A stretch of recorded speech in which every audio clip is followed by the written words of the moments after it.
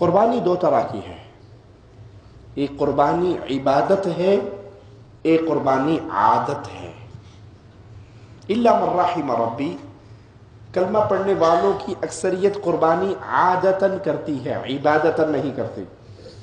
عادت پڑی ہوئی ہے، باپ دادا کرتے آئے، سنتے آئے، مسلمانوں میں قربانی ہے، وہ بقرہ لے کے ذبح کر دیتے ہیں۔ اس کی مثال سمجھاؤں آپ کو۔ ایک جگہ پر چاند رات ہمیں جانے کا اتفاق ہوا، کچھ مسلمانوں کی مجلس، ہمیں بھی کچھ دیر وہاں پر بیٹھنا تھا۔ مغرب کی نماز سے پہلے کا وقت ہے۔ اب وہ تاجر طبقہ، دکاندار لوگ اکٹھے تھے، ان کی بیٹھک تھی۔ ایک نے شروع کی، چودھری صاحب میں نے 25,000 کا بکرا لیا۔ دوسرا کہنے لگا، پاجی میں وچھا لیا 35,000 کا۔ اب وہ اپنے اپنے جانوروں کی قیمتیں اور ان کی جسامتیں وہ باہر دروازے پر بندھے ہوئے ہیں، وہ بیان کر رہے ہیں، میں نے اتنے کا لیا، میں نے اتنے کا لیا، میں نے اتنے کا لیا، میں نے اتنے کا لیا۔ ایک نے کہا میں نے 5 بکرے لیے۔ کافی رہیں گے نا جی، کافی بڑے 5 قربانی ہے، بڑی قربانی ہے۔ تھوڑی دیر کے اندر اذان ہو گئی مغرب کی۔ مغرب کی اذان ہونے کے بعد میں 3-4 منٹ تک ان کے چہرے دیکھتا رہا کہ ان میں سے کوئی اٹھے گا نماز کے لیے۔ ہم تو دوسرے شہر سے آئے تھے، وہاں کے رہنے والے نہیں تھے۔ کوئی بتائے گا کہ مولوی صاحب ادھر مسجد ہے؟ وہ اپنی باتوں میں گپ شپ میں لگے رہے۔ تو ہم نے کہا جناب مسجد کدھر ہے؟ انہوں نے کہا جی وہ چھت کے اوپر مسجد بنائی ہوئی ہے، آپ نے نماز پڑھنی ہے، یہ راستہ ہے، جائیے اوپر نماز پڑھ لیجیے۔ اور وہ خود وہیں گپ شپ کے اندر بیٹھے رہے۔ ہم اٹھے، وضو کیا، نماز پڑھی، چند ساتھی تھے اور ان کی مجلس برقرار رہی اور ان کی گپ شپ، میں نے اتنے 1000 کا بکرا لیا، میں نے اتنے 1000 کی گائے لی، میں نے اتنے 1000 کا بچہ لیا۔ یہ قربانی عادتاً قربانی ہے، عبادتاً قربانی نہیں ہے۔ اگر قربانی اللہ کی عبادت کے لیے ہو تو قربانی فرض نہیں ہے، قربانی سنت ہے ابراہیم علیہ السلام کی، جو ہماری امت میں بھی برقرار رکھی گئی۔ پیارے حبیب نے فرمایا تمہارے بابا ابراہیم کی سنت ہے۔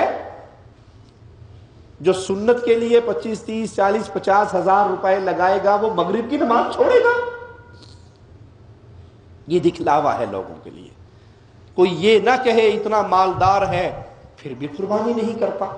ایک اور مثال سے سمجھاؤں، لا الہ الا اللہ، قربانی سنت ہے، اس میں کوئی شک نہیں، فرض نہیں ہے۔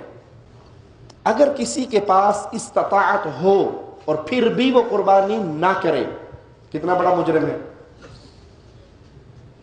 جس کے پاس استطاعت ہو قربانی نہ کرے، پیسہ ہونے کے باوجود قربانی نہ کرے۔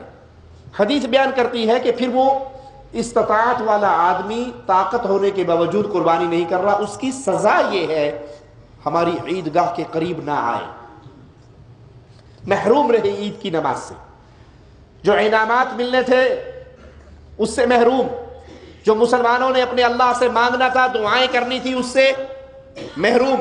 کافر تو نہیں، اسلام سے خارج تو نہیں، ثواب سے محروم ہوا نا۔ یہ سنت ہے، عید کی نماز سنت ہے، کوئی شک تو نہیں اس میں۔ عید کی نماز کے لیے اذان ہے، عید کی نماز کے لیے تکبیر ہے۔ عید کی نماز کسی کی رہ جائے تو دوبارہ پیچھے 4 آدمی آگے دوبارہ جماعت کروائیں گے جی؟ ثواب سے محروم ہوا نا، فرض تو نہیں، تاریخ تو نہیں فرض کا۔ اور کیا خیال ہے عید کی نماز پہ کوئی بندہ ایسا ہوتا ہے جو عیدگاہ میں نہ پہنچا ہوا ہو؟ سارے پہنچتے ہیں، بہترین کپڑے پہن کے، خوشبوئیں لگا کے تیار ہو گئے عید پڑھنے۔ اور جب کسی کی برائی کرنا، ایک بڑا ہی بڑا مجرم ہے، عید بھی نہیں پڑھتا، یہ اتنا بڑا مجرم ہے کہ عید بھی نہیں پڑھتا، بہت بڑا مجرم ہے یہ، عید بھی نہیں پڑھتا۔ عید کی نماز پہ مسلمانوں کی عیدگاہ بھری ہوئی ہوتی ہے نمازیوں سے۔ عید والے دن فجر کی نماز پہ مسلمانوں کا کیا حال ہوتا ہے؟ جھانکنا اپنے گریبانوں میں، عید والے دن فجر کی نماز پہ مسلمانوں کا کیا حال ہوتا ہے؟ الا من رحم ربی، چاند رات، عید کی رات شاپنگ میں، گپ شپ میں، میل ملاقاتوں میں، ٹیلی فون میں گزرتی ہے نا، اور وہ اٹھتے ہی عید کی نماز کی تیاری کے لیے ہیں۔ فجر کی نماز نصیب اور جو فجر کی نماز کا تاریخ ہے، ایک نماز کا تاریخ پر اللہ کے پیارے حبیب کا کیا فرمان ہے؟ من ترک الصلاۃ متعمدا، جس نے جان بوجھ کے نماز ترک کی، فقد کفر، اس نے کفر کیا۔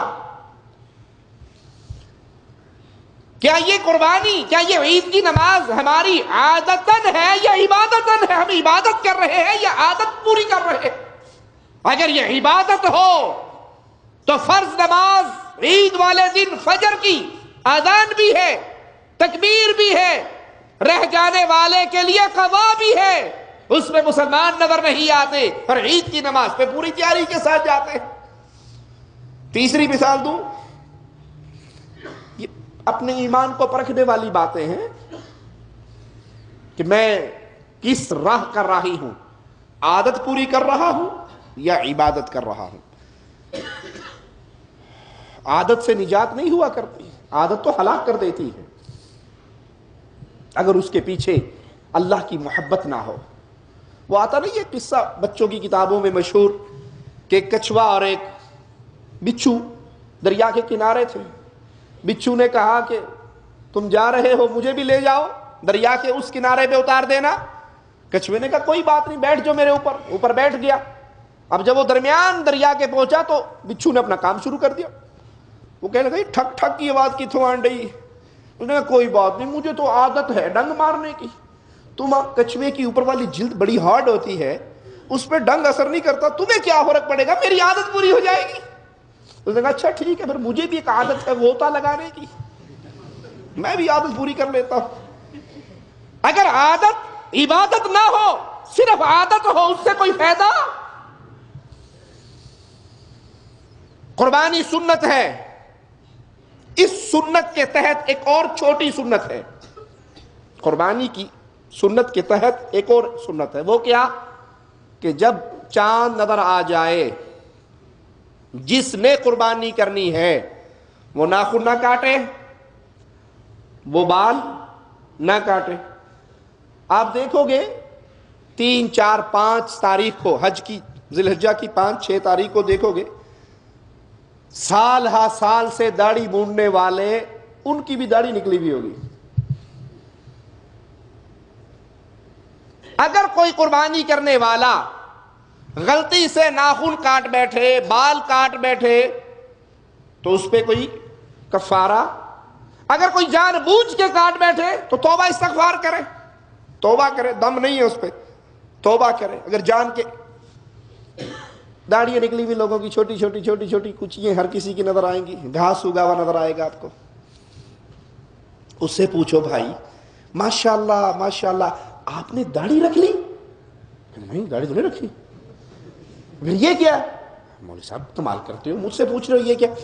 آپ کو نہیں پتا چاند نظر آ گیا؟ اور آپ کو نہیں پتا اللہ کے نبی صلی اللہ علیہ وسلم کی حدیث ہے کہ جب چاند نظر آ جائے، جس نے قربانی کرنی ہے وہ بال نہ کاٹے، وہ ناخن نہ تراشے۔ ہاں جی بالکل حدیث ہے۔